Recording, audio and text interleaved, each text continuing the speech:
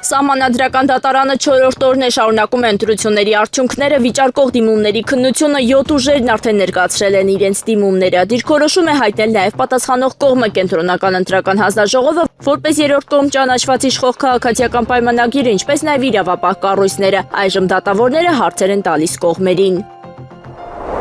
Արցախի ազգային ժողովը ստեղծում է հանձնաժողով պետական միջոցների օգտագործման ուսումնասիրության համար, այս մասին հայտնել է Արցախի հանրապետության ազգային ժողովի նախագահ Աշոտ Դանիելյանը։ Հանձնաժողովում ընդգրկված են օրենսդիր եւ գործադիր իշխանության ներկայացուցիչներ, հանրային խորհրդի անդամներ, հասարակական կազմակերպությունների եւ հանրային կյանքի տարբեր ոլորտների ներկայացուցիչներ, ինչը հնարավորություն կտա ապահովել աշխատանքների առավելագույն օբյեկտիվությունն ու բազմակարծությունը։ Քաղաքացիական պայմանագրի անդամ Արուսյակ Ջուլհակյանը լրագրողների հետ զրույցում հաստատել է, որ առաջադրվել է ազգային ժողովի փոխնախագահի պաշտոնում։ Ավելի վաղ հայտնի էր դարձել, որ Արման Եղոյանը, Վահագն Ալեքսանյանը եւ Ալխազ Ղազարյանը եւս հավակնում են ազգային ժողովի փոխնախագահի պաշտոնին։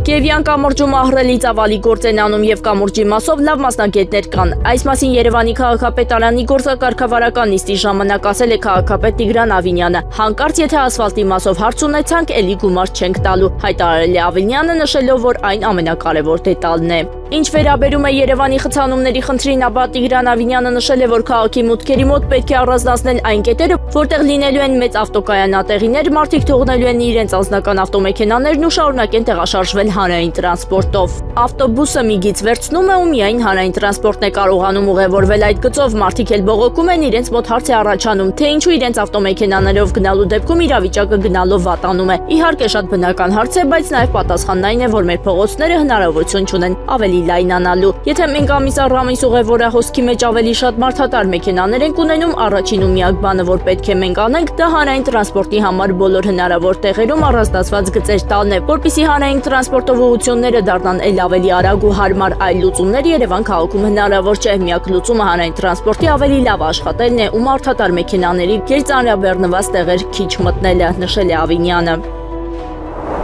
Հայաքվե միավորման համակարգող քաղբանտարկյալ Ավետիք Չալաբյանը ուղերձ է հղել կալանավայրից։ Գործող թրքամետ վարչախումբը սպառելով քաղաքակիրթ պայքարի միջոցները դիմել է ազգային գործիչների դեմ զանգվածային բռնաճնշումների։ Հարյուրավոր անձանց նկատմամբ շինծուգործեր են հարուցվել մեկը մյուսից անհետետ պատրվակներով։ Ես եւս զերծ չեմ մնացել այս բռնաճնշումների ալիքից, սակայն պայքարի իմ բազմաթիվ ընկերների հետ միասին աննկուն կրելու եմ ինձ բաժին հասած բեռը մինչև մեր երկրում արդարության հաղթանակ եւ վերջնական ազատագրում թրքամետ բռնատիրությունից։ Մեր բոլոր համախոհներին եւ աջակիցներին ցանկանում եմ ուժ եռանդ եւ անվեհեր պայքարի ոգի մինչև վերջնական հաղթանակ, նշել է Ավետիք Չալաբյանը։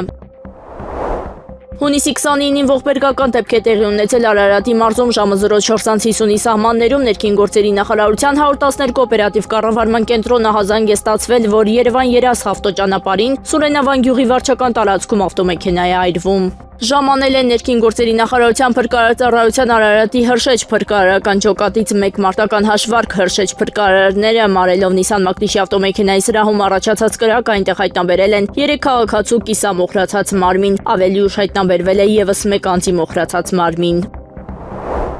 Իսրայելի կառավարությունը միաձայն հավանություն է տվել արտաքին գործերի նախարար Գիդեոն Սաարի առաջարկին պաշտոնապես ճանաչելու Հայոց ցեղասպանությունը։ Սաարը կառավարության նիստում հայտարարել է ճիշտ քայլն անելու համար երբեք էլ ուշ չէ։ Առաջարկն այժմ նախատեսվում է ներկայացնել Քնեսեթի լիագումար նիստին քվեարկության համար։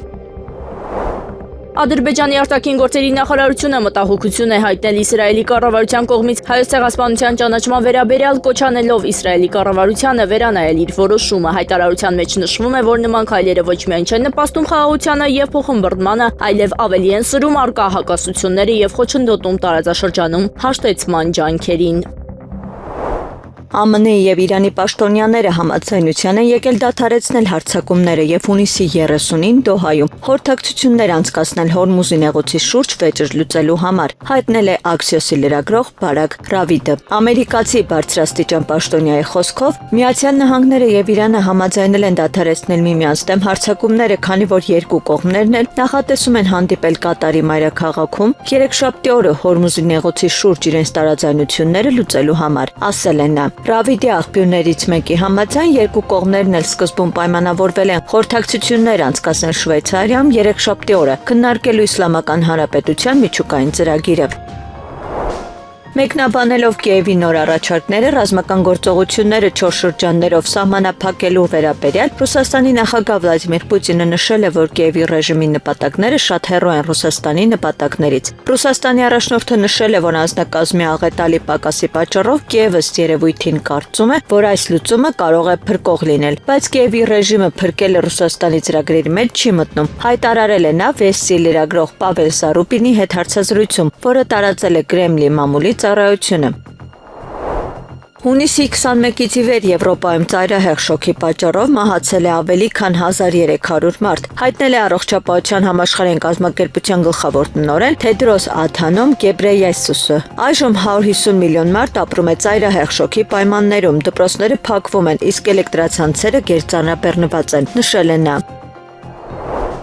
ԱՄՆ-ի ներքին անվտանգության նախարար Մարկուեյն Մալլինը հայտարարել է, որ ժամանակավոր պաշտպանված կարգավիճակի ծրագրով երկրում գտնվող միգրանտները պետք է կամ ձևակերպեն մշտական ներգաղթի կարգավիճակ, կամ վերադառնան հայրենիք, կամ փորձեք փաստաթղթերը ձևակերպել, որպեսզի այստեղ մնաք մշտական հիմունքներով, կամ մենք կօգնենք ձեզ վերադառնալ ձեր երկիր, ասել է Մալլինը CNN հեռուստաալիքի ծրագրի եթերում։ Ըստ նրա, ԱՄՆ իշխանությունները պատրաստ են այդ միգրանտների համար վճարել հայրենիք վերադարձի թռիչքի ծախսերը եւ տրամադրել մոտ $2100 վերադարձից հետո տեղավորվելու հարցում օգնելու համար։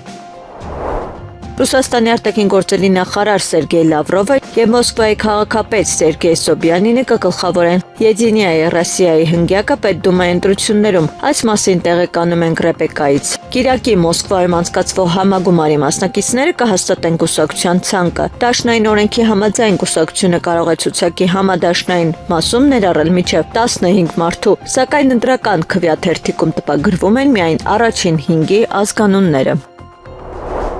Ուկրաինան առաջարկել է Ռուսաստանին սահմանափակել ռազմական գործողությունների անցկացումը միայն 4 շրջաններով՝ Խերսոնի եւ Զապորոժիեի շրջաններով, ինչպես նաեւ Լուգանսկի եւ Դոնեցկի ժողովրդական հանրապետություններով։ Այս մասին հունիսի 28-ին հայտարարել է Ռուսաստանի Դաշնության նախարար Վլադիմիր Պուտինը։ Վերջինիս խոսքով, եթե նման առաջարկն ընդունվի, Կիևը կկարողանա դուրս բերել զորքերը այլ շրջաններից, այդ թվում Դնեպրոպետրովսկի, Խարկովի եւ Սումիի շրջաններից, ինչպես նաեւ պետական սահմանի հատվածներից եւ կենտրոնացնել ակտիվ ռազմական գործողությունների գոտում։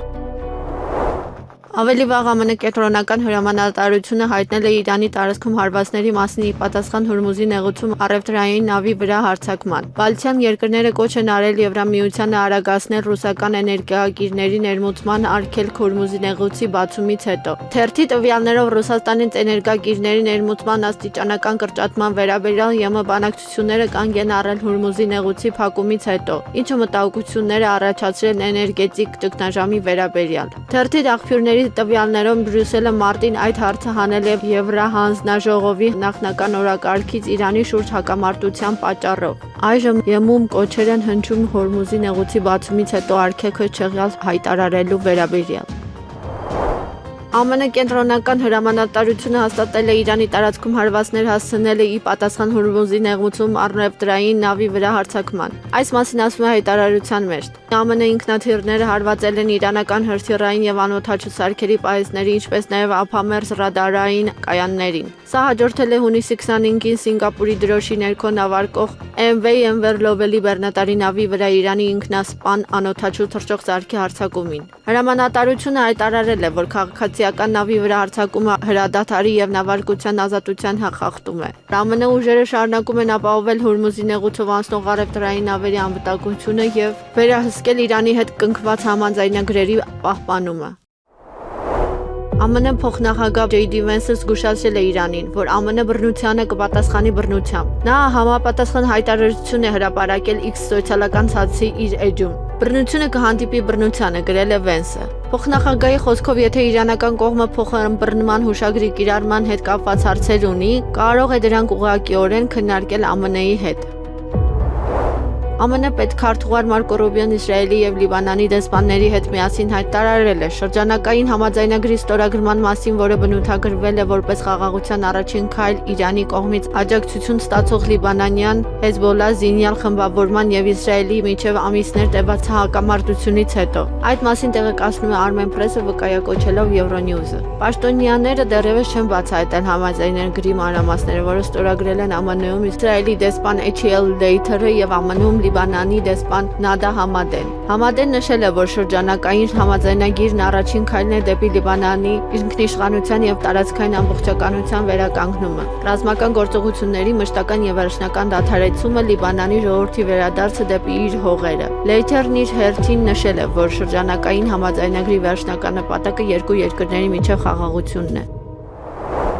Արդարադատության նախարար Սրփոյի Գալյանը պնդում է, թե այս իշխանությունը չի խղճում անգամ քաղաքացիական պայմանագրի անդամներին։ Այս իշխանության օրոք գործող պաշտոն զբաղեցնող անձինք զրկվել են իրենց պաշտոնից ու տեղափոխվել են քրեակատարողական հիմնարկ, կալանավորվել են։ Սա այն իշխանությունն է, որ չի խղճում ոչ ոքի, այդ թվում սեփական թիմի ներկայացուցիչներին։ Լրագրողների հետ զրույցում հայտարարել է Գալյանը։ Նրա խոսքով Հայաստանում այսօր իրականությունն այսպիսին է, ընդդիմության վերաբերյալ կան քրեական գործեր, կհաստատվեն կաշառքի դեպքերը Կերևա դատարաններում, նշել է Գալյանը։ Ինչ վերաբերում է Սահմանադրական դատարանի դատավոր Սեդա Սաֆարյանի վերաբերյալ հարցին, ապա Գալյանը պատասխանել է. «Ես ուզում եմ հասկանալ, Սահմանադրական դատարանի պատմության ընթացքում միայն ներկա իշխանությունների հետ է կապված եղել փոխկապակցվածության շուրջ մտահոգությունը։ Նախկինում նման դեպքեր եղել են, թե չեն եղել։ Դիտարկմանը, թե Սահմանադրական դատարանի դատավոր Սեդա Սաֆարյանի դուստրը աշխատել է վարչապետի աշխատակազմում, որդին վարչապետի թերթում հայկական ժամանակում հոդվածներ է հրապարակում Սաֆարյանի գործունեությանը եւս ծանոթ ենք տարբեր դրվագներով, սրանք անաչառությունը կասկածի տակ դնելու հիմքեր չեն»։ Գալյանն արձագանքել է, որ ինքը ոչ թե որպես արդարադատության նախարար է ներկայացել, այլ որպես քաղաքացիական պայմանագրի ներկայացուցիչ։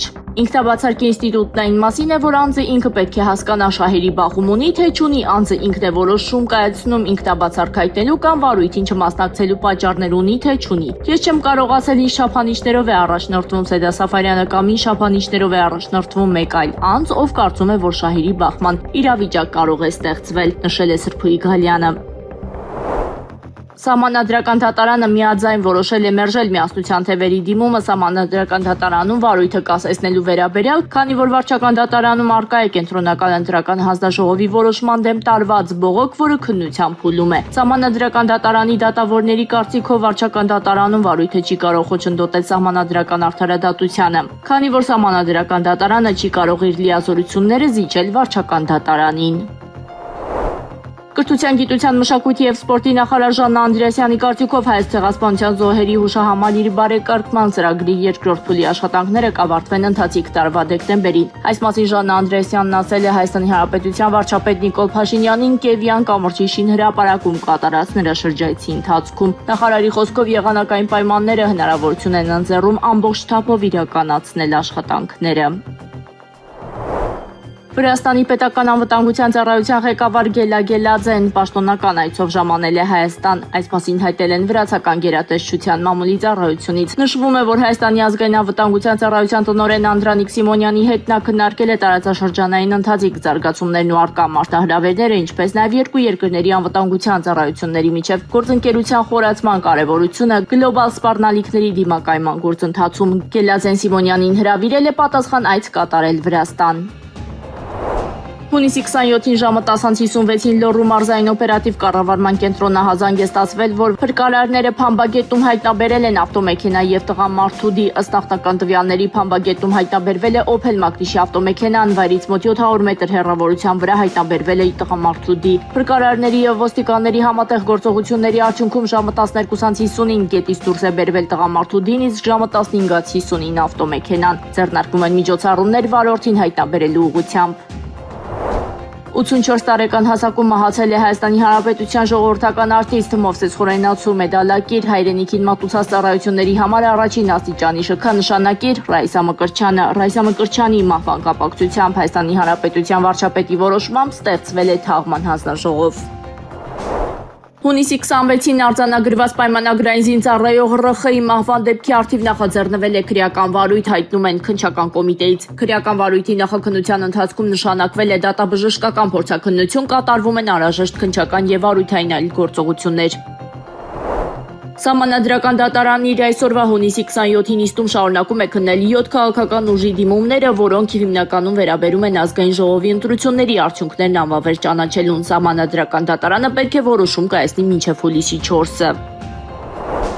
Հայկ Մարությանի նորուժ ռեֆորմիստական կուսակցության ներկայացուցիչ Ռուբեն Հարությունյանը հայտնել է, որ կուսակցությունը դադարեցնում է իր ներկայացուցիչների մասնակցությունը Սահմանադրական դատարանում։ Այս մասին այսօրվա նիստում հայտարարել է Սահմանադրական դատարանի դատավոր Երվանդ Խունդկարյանը ներկայացնելով կուսակցության դիմումը։ Դիմումից երևում է, որ ցանկություն չունեն մասնակցելու նիստին, ուստի քննությունը շարունակենք նշված կուսակցության ներկայացուցչի բացակայության պայմաններում, հայտարարել է դատավորը։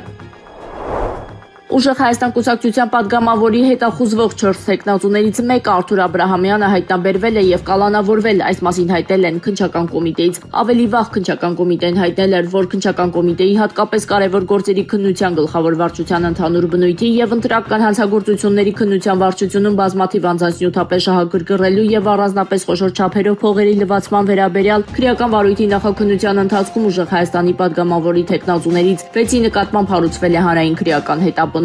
Քրեական վարույթի նախաքննության ընթացքում երկուսը կալանավորվել էին, 4-ի վերաբերյալ կայացվել էր կալանավորման որոշում, հայտարարվել հետախուզում։ Թուրքիայի պետական Անադոլու լրատվական գործակալության ռազմավարական վերլուծությունների վարչության ղեկավար Բիլգայ Դումանի մոդերատորությամբ անցկացվել է առանց Հայաստան ծրագիրը, հայտնում է Էրմենի Հաբերեյեմը։ Ծրագրի բանախոսը եղել է Հայաստան-Թուրքիա հարաբերությունների կարգավորման գործընթացում Թուրքիայի հատուկ ներկայացուցիչ Սերդար Քլեչը։ Քննարկվել են Թուրքիա-Հայաստան հարաբերությունների կարգավորման գործընթացի տարածաշրջանային եւ գլոբալ ազդեցությունները։ Քլեչը գնահատել է Թուրքիա-Հայաստան հարաբերությունները երկու երկրների միջև կարգավորման գործընթացը, ինչպես նաև հարաբերությունների երկկողմ տարածաշրջանային եւ միջազգային հարթությունները։ Ծրագրի ավարտից հետո նա նաև պատասխանել է ներկաների հարցերին։ Հայաստանի սննդամթերքի անվտանգության տեսչական մարմնի տեսուչների հսկողությամբ Midfood ընկերության դիմումի հիման վրա ոչնչացվել է ընկերության պահեստում առկա մոտ 25 տոննա քաշով ժամկետան սննդամթերք, պաստուրմա, սուջուխ, սարտելկա եւ այլ աղբխտած սննդամթերք։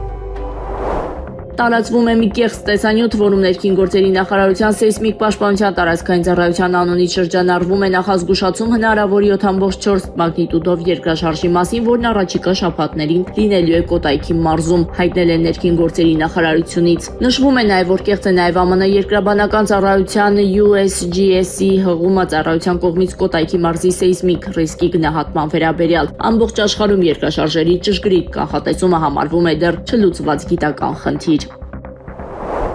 Փրկարար ծառայության տնօրենը պարգևատրել է Փամբագետում որոնողական աշխատանքների իրականացրած մի խումբ փրկարարների։ Նրանք օրեր շարունակ Փամբագետում փնտրում էին գետնընկած 7 եւ 13 տարեկան քույրերի մարմինները։ 6 մեդալ են բերել Հայաստանի Հանրապետության աշակերտները պատանիների մաթեմատիկայի Բալկանյան օլիմպիադայից։ Ռումինիայի Բուզեու քաղաքում անցկացվել է պատանիների մաթեմատիկայի Բալկանյան 30-րդ օլիմպիադան։ Հայաստանի թիմը մասնակցել է 6 աշակերտով եւ արժանացել 1 ոսկե, 1 արծաթե եւ 4 բրոնզե մեդալի։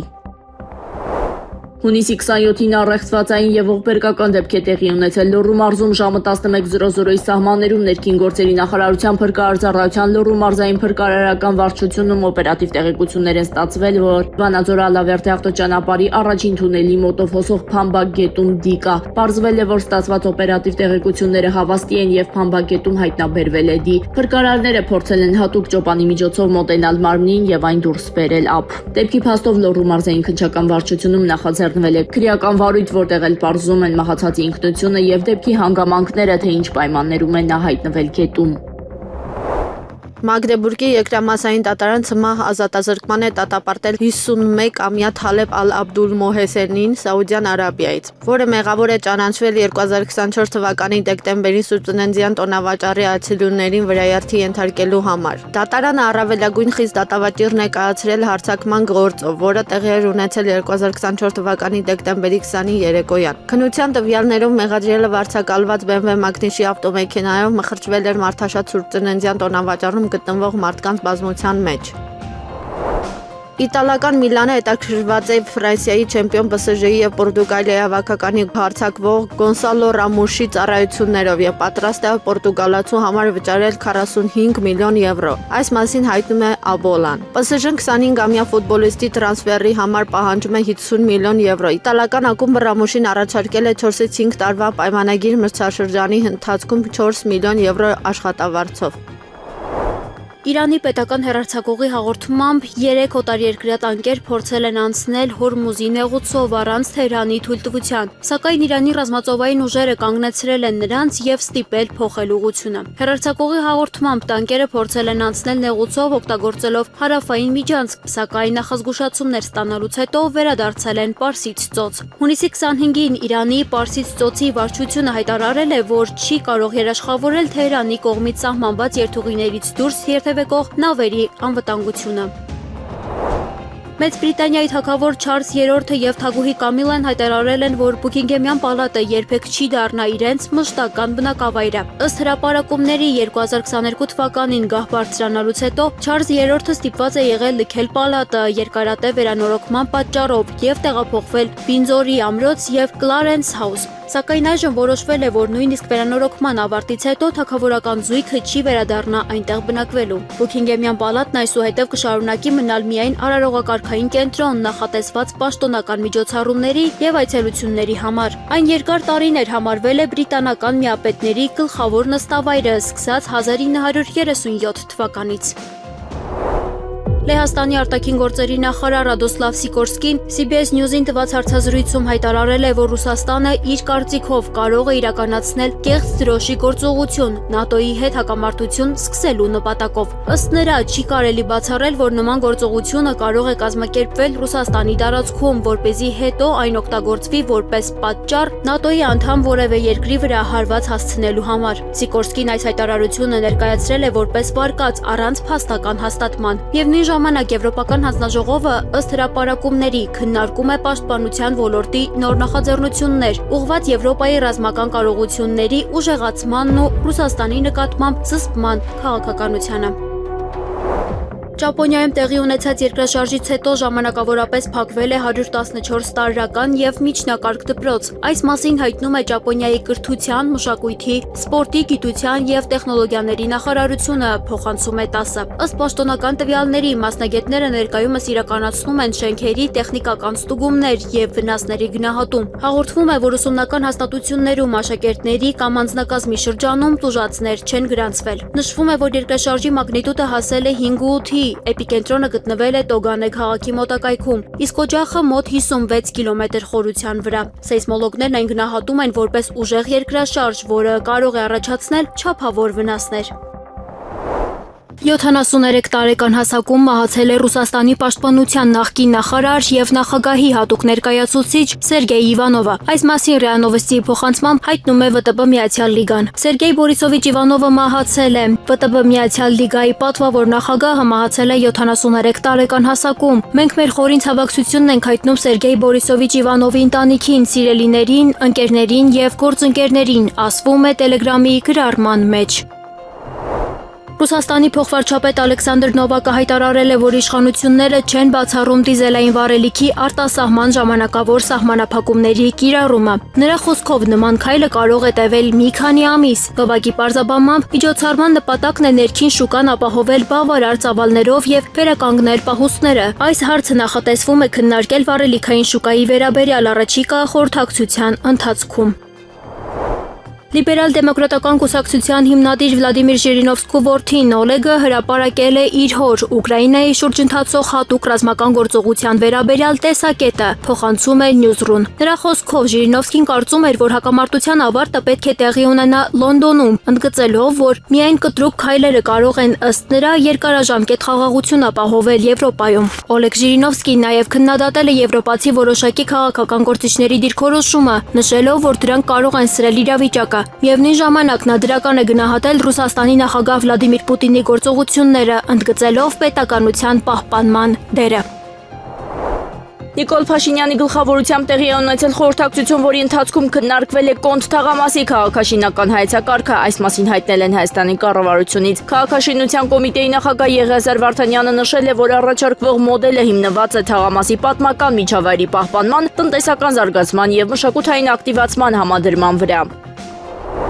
Ազգային ժողովի պատիվ ունեմ խմբակցության պատգամավոր Հայկ Մամիջանյանը Եվրոպայի խորհրդի խորհրդարանական վեհաժողովում ունեցած ելույթում հայտարարել է, որ Հայաստանում ժողովրդավարությունը լուրջ վտանգի տակ է վարչապետ Նիկոլ Փաշինյանին մի քանի անգամ անվանելով դիկտատոր։ Նա մասնավորապես նշել է այսօր ուզում եմ խոսել ժողովրդավարության մասին եւ ձեզ հետ նույնիսկ փոքրիկ Վիկտորինա խաղալ, ինչպես կկոչեիք այն քաղաքական գործչին, որը քաղաքացիներին զրկում է իրենց հիմնարար իրավունքից ընտրելու իրավունքից, պատասխանը դիկտատոր։ Իսկ ինչպես կկոչեիք այն քաղաքական գործչին, որը ամեն օր ձերբակալում է իր քաղաքական ընդդիմախոսներին, նկատի ունեն բառացիորեն, որևէ այլախոհ ձերբակալվում է իր կարծիքն արտահայտելու համար։ Կարծում եմ այս հարցի պատասխանը նույնպես ակնհայտ է՝ դիկտատոր։